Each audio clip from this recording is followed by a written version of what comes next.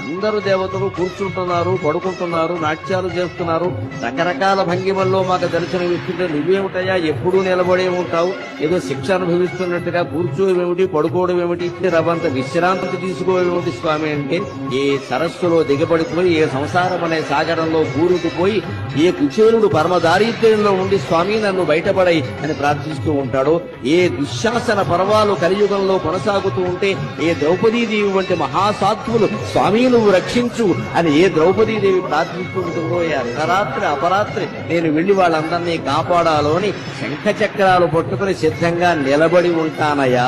పడుకుంటే లేచి బయలుదేరడం కష్టం కదా, ఎవరికైనా దేవుడికైనా. ఎవరో మేలుకొలు పాడాలి, సుప్రభాతం పాడాలి, లేవాలి, బయలుదేరాలి. అంతకంటే నిలబడి సిద్ధంగా ఆయుధాలతో సహా ఉంటే వెళ్లి కాపాడొచ్చును కదా అని నిలబడి ఉంటానయ్యా అనే సమాధానాన్ని స్వామి నా మనస్సులో స్ఫురింపజేశారు శ్రీ వెంకటేశ్వర.